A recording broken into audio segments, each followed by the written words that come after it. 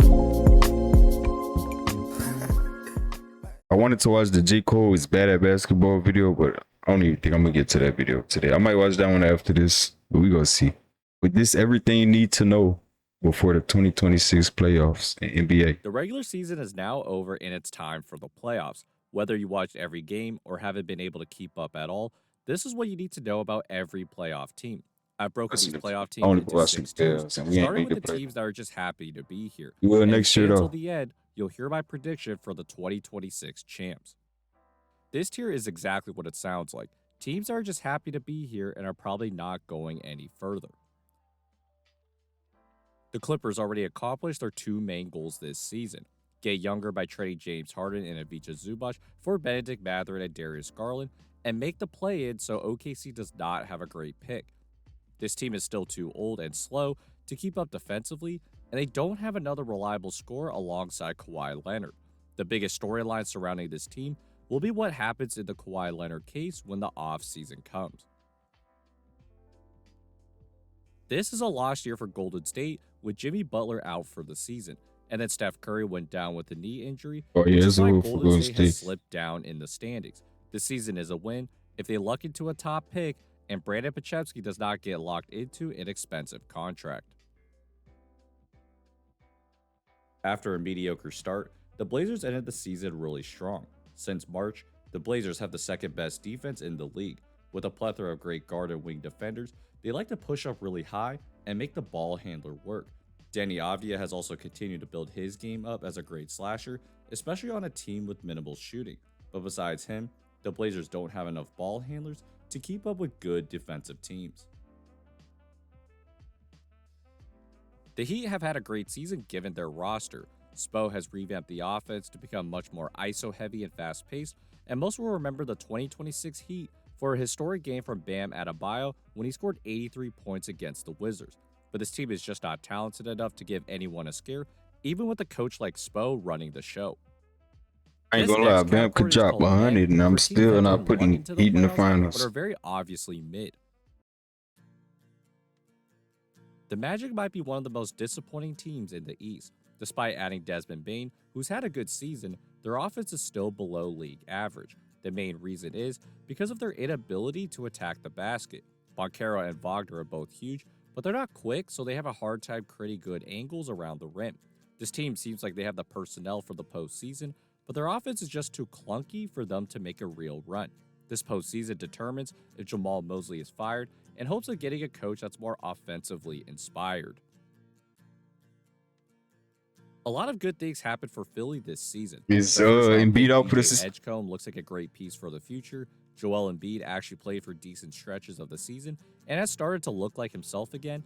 And with Tyrese Maxey taking another leap as a scorer, the Sixers have gone to him down the stretch. Because of his quickness, he has the best chance to draw a 2 and find his teammates for open shots.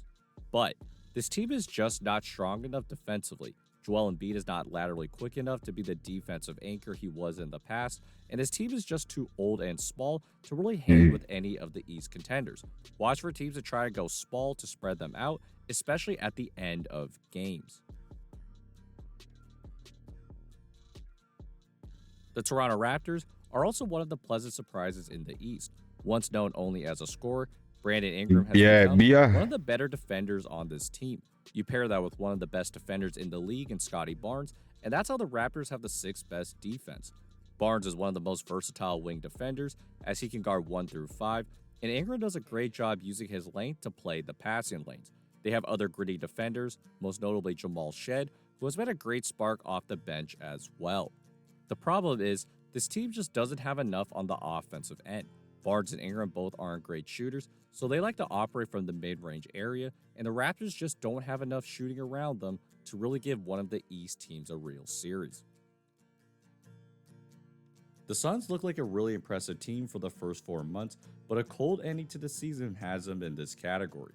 After shipping off Kevin Durant, they've built their team by becoming the Walmart version of the Detroit Pistons. They grab the 4th most offensive rebounds because they have at least 2 people crashing the glass at all times, and they also force the 3rd most turnovers this season, right behind Detroit and OKC. And just like those 2 teams, the Suns go 10 deep as well, which is how they bring that energy every night. Where they have struggled, though, is on the offensive end.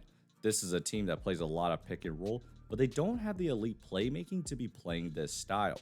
This is already a successful season, and look for them to find more offensive juice in the offseason. These next teams aren't title contenders, but they have enough to at least make the first round opponent uncomfortable and can even win a series.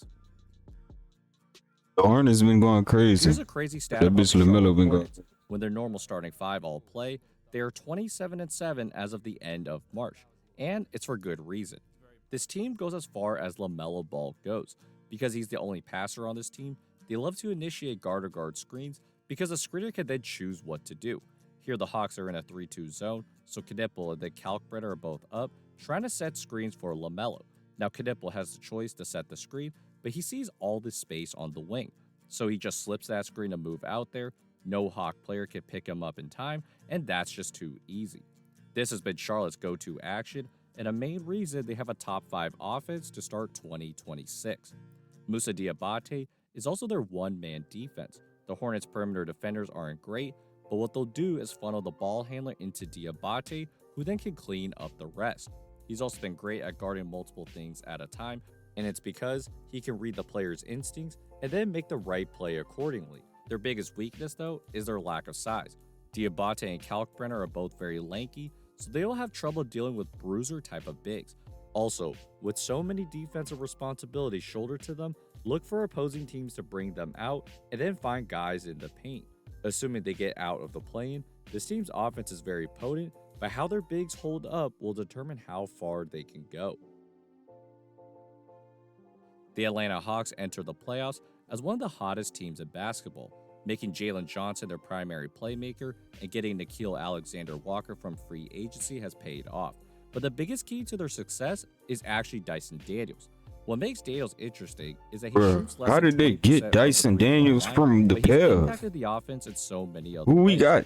We First, ain't he's get been nobody. great at attacking the basket, either from the dribble handoff when the defense takes away the first option, or when he has the ball and the defense is completely sagging off of him. He also ignites the Hawks in transition, pushing the tempo and either finding his teammates for good shots or taking it himself to the basket. Because Daniels has been much more forceful with the basketball, everyone on the Hawks is now a scoring threat. Besides Daniels, this team has 4 or 5 guys that can all Yeah, attack Jim the basket. Fasowski. And the reason they have so much space is because they have 2 stretch bigs.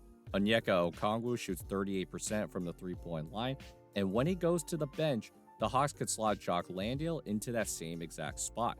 This gives the Hawks so much space to ISO, and then they can play off. And even though the Hawks is in the playoff, speaking, this team is very active and has a lot of great perimeter defenders. Dyson Daniels is the most obvious, but with commitment, Dyson Daniels, why they treated Trae Young? Okongwu there as well. The Hawks do a great job keeping everything in front and making teams beat them with tough shooting. That's why this team is going to be a handful in the first round series, and if they continue to advance.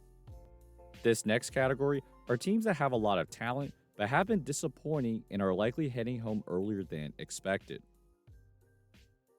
The Houston Rockets come into the playoffs as one of the hottest teams in basketball, but there's still a lot to be concerned. Where Houston is not winning this chip. Let's start with their shooting. Amen Thompson is only shooting 23% from the 3-point line. Yeah, hell no. So a lot of big men will be guarding him, but they're actually helping out in other areas. You couple that with Tari Eason, who was in one of the biggest shooting slumps in March, and another non-shooter in Alperen Şengün, there's reasons to be concerned. Oh no, I biggest seen Looney factor been hit. is their poor spacing. On too many possessions, especially down the stretch, Ime Udoka has not figured out how to position and move their players in a way to keep the defense on their toes. Because everyone is usually standing around, defenses can load up on the ball handler, and they haven't figured out many counters to that. The most obvious time was when the Lakers spent a whole half doubling Kevin Durant. Durant had a hard time navigating those double teams, and the Rockets players couldn't. Bro, Durant got horrible body language. Every time he turn the ball over, every time he get the ball stolen, he gets to putting his head down. Position themselves. That's why I be saying he's not a leader. In Like, spots to take I don't want KD on my The team key if I want to Houston ring. making a deeper run is If I want to Alperen score Şengün. points, that's Their cool. offense is at their best when they have Şengün at the top of the key, and he's able to find his own shot in that one-on-one matchup. When teams feel that Şengün is getting into an offensive rhythm, that's when they start doubling, and that opens everything up, especially for his teammates that can't shoot. Look for Şengün to be aggressive early and often, to help open up the entire offense. With that said, though, the Rockets' inability to space is the biggest concern, which will make their run through the Western Conference that much tougher. Coming into the season, the Cavaliers were one of the favorites to come out of the East. After a disappointing start to the season, they made some bold moves, trading Darius Garland for James Harden and acquiring key role players like Keon Ellis and Dennis Schroeder. Their saving grace is that they have the best two guards in the East. Harden has been an impressive addition, especially when he's paired with Jared Allen.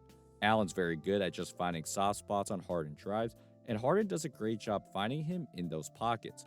When they first played together, Jared Allen had his best month ever in February, and this addition has relieved Donovan Mitchell's offensive workload significantly. The reason this team is a pretender, though, is because they are very small, and in the playoffs where mismatch hunting will be even more apparent, there are too many players that opposing teams can attack. Even if the Cavs bring sufficient help to the ball, a simple kickout pass or two will be good enough to then get a good shot. So even though they got rid of Darius Garland, their defense after the trade deadline is still below league average. This team can then be very prone to big runs. If their shots don't go down, they're not strong enough defensively to keep them in the game. The Thunder went on a 28-5 run to start the game against them without SGA or J-Dub. And later in the month, that's the worst shit I've seen this season, quarter by outscoring them by 17 points. So the game can quickly get away from them, which is not a great recipe for success if they want to go on a deep run. The Lakers are pretenders right now because their two best players are hurt. Luka. This is a very top-heavy squad that loves using high pick and rolls, so it's dependent on fantastic playmaking for the offense to be cohesive. If Luka and Reeves come back, the next thing to watch for is their defense. What made them so successful in March was how Reeves hurt too, was, especially with their hands and smart positioning. DeAndre Ayton is a big key to this. Notice how his hands are up to deter any pass, so the Wolves try to reset the possession. Ayton's pushing up, so Ant tries going downhill, who then runs right into Smart for a charge. The other edge they have is clutch time. They're 22-7 in clutch games, and a lot of that is Luka making tough shots, but JJ Redick has drawn up creative plays when it matters most. Needing a 3 to tie and only 1 second to go, JJ Redick called an elevator play to the opposite corner that got a really clean look for Austin Reeves. Hey, that's too perfect. Just couldn't knock it down. That was a perfect play. For him to draw up some really creative sets in the playoffs when the Lakers need a basket. But again, none of this matters if Luka and Reeves can't come back in time. Otherwise, they would be in this next category. This next tier is called dangerous but flawed. These are teams that can make a deep playoff run, but they have a glaring flaw. The Detroit Pistons are the biggest sleepers coming into the playoffs, despite the fact that they are the #1 seed. The reason this team has been so good is by winning on the margins. This team has amazing depth. They play 10 guys almost every single night, and they all can defend. So they took a page out of OKC's playbook, essentially trying to be as physical as possible at the point of attack. If one guy is in foul trouble, they can bring in someone off the bench to then do the same thing. As a result, this team forces the most turnovers in the league and is the reason why they continue to win despite Cade Cunningham being out. The other way this team wins is on the offensive glass. This team is third in offensive rebounds this season because of Jalen Duren. Duren is such a force around the rim because of his big build and motor. He's great at getting rebounds in traffic, and his threat as a rebounder only puts more pressure on the defense. Here, Tobias Harris is posting up to Monty Kamara, and Donovan Clingan is trying to help.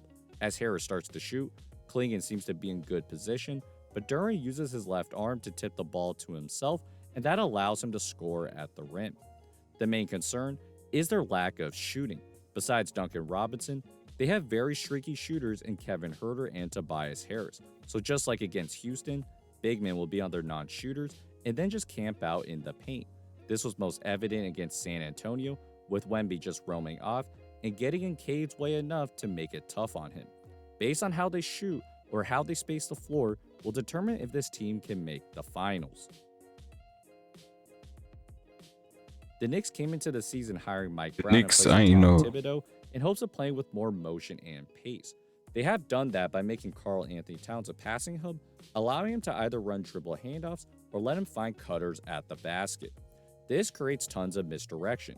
Brunson setting a screen for McBride to take this dribble handoff from Cat, but McBride gets more creative by squeezing through the screen to cut towards the basket, and that's when the Knicks are at their best. With more motion, the Knicks have the third best offense in the NBA, but where things get more interesting is when Brunson can't make plays with the ball. When he's off the ball, teams will deny him, which forces other guys to find their shots, and when Brunson has the ball, some teams have had tons of success doubling him, so he can't beat them with his shooting. This has taken Brunson out of games at times, and is something that smart teams will try in the playoffs.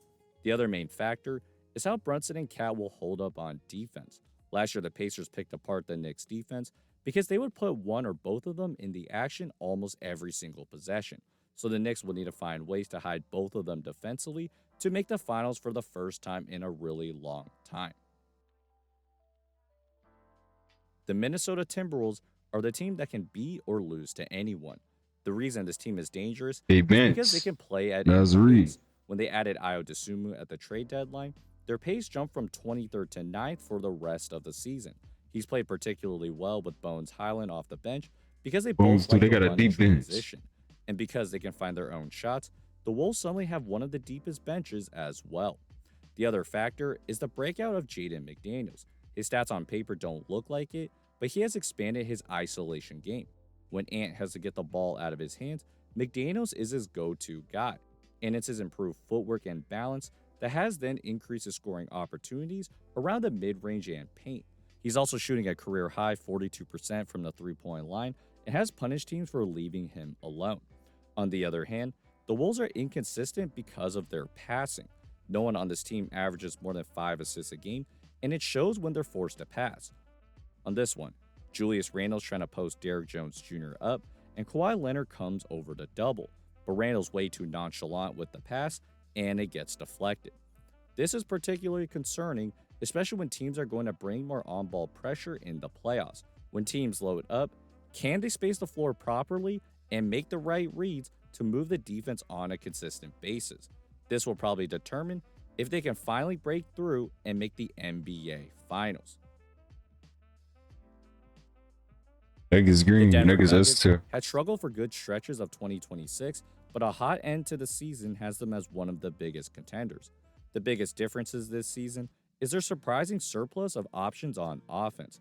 Aaron Gordon has taken another leap as a ball handler, as the Nuggets are starting to run more offense through him. Maybe more importantly, though, after a very slow start to the season, Cam Johnson has finally looked like himself as he's shooting 45% from 3 since March, and he's punishing all the Jokic double teams with his shooting. This has given Denver more offensive options, which is why they still have the best offense in basketball. The concern, though, is on the defensive end, particularly with quickness. Most teams have succeeded against them by pushing tempo to find mismatches and using quick motion to create all sorts of confusion. On this one, the Jazz want to attack Nikola Jokic in the pick and roll. He then tells Aaron Gordon to take that screen instead, but by the time he does, Filipowski has already slipped the screen, so there's no resistance at the basket. Their perimeter defense as a whole has slipped a bit this season, and because their best defenders have been out for long stretches, this team doesn't have time to build that defensive continuity. What's going to make or break this team is David Adelman. Last year, he did a fantastic job cooking up hybrid man zones, especially against OKC, that significantly slowed down the game. He would have Jokic up really high, and it would take time for OKC to process what was going on before they got into their actions. And because his team has struggled with high-tempo offenses, Adelman is going to have to muck up the game again to give Denver a real shot at winning the title. With Jokic and Murray, the Nuggets are almost certainly going to be a tough out, but their defense will determine how far they can go. This final tier is the inner circle contenders, the teams that should be the favorites to win it all. Each team here has a real path to making and winning the finals. After what most people deemed as a gap year, the Boston Celtics are again contending for a championship, and it's for two main reasons. The first is their suddenly great wing depth. Hugo Gonzalez is their standout rookie, who guards the opposing team's best player every night. Shireman and Jordan Walsh also have taken turns guarding great players, including SGA, and of course, with the likes of Tatum and Brown, they have enough fresh bodies to take on all these great perimeter players. This helps make up for their lack of front court depth with more speed and length. Watch for them to go small and put Tatum at the 5 for parts of the game. The other factor is a revamped offense. While this team is still a high ISO team, they have added much more motion to create more space for the ball handlers to drive. Without Tatum, this team would live with guard-to-guard screens, running them from the wing to open up more space for the ball handler to drive. And with Tatum back, they have added more flare screens to punish help defenders. Like here, Peyton Pritchard sets a screen, so Brown has all this space on the right side to use, and when Hartenstein comes to help, Kata sets a nice flare on Chet so that Shireman has a wide open 3. So going into the playoffs, the biggest factor is if their offense can execute in the clutch. Over the past 5 years, their offense has crumbled a bit because their offense gets very stagnant down the stretch. In the early 2020s, that was most apparent against the Miami Heat, and last year was even worse in the first 2 games against the Knicks, which is why they went out early. Now with a little more motion and variety, it's how they execute down the stretch that will determine how far they go. The Spurs had the greatest breakout this season, going from the 11th seed to the 2nd seed in just 1 season. And here's why they're already inner circle contenders. First, the Spurs have tons of guard depth. Fox, Castle, and Harper are all comfortable driving downhill, and I love it when they run misdirection, having Castle set screens to distract the defense and let Fox get downhill. These are the ways San Antonio has successfully attacked the basket, and this will be a huge asset when they face elite defensive teams like the Wolves and Thunder. Secondly, Wemby has taken the next step, not just offensively, but defensively. The Spurs have the 2nd best defense because they love playing this one-man zone.